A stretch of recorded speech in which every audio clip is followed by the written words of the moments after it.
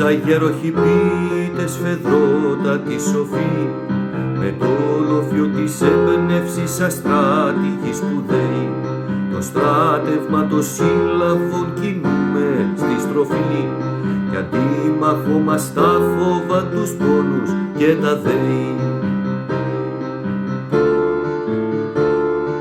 Λέξεις αθώες ασφίχτιους του μέτρου τα δεσμά, στο θαυμασμό προβάλλουμε την ταπεινή ασχολία, η ρήμα παίρνει σοβαρά το ρόλο του κασμά και παίζουμε τους ήρωες μονάχα από δειλία.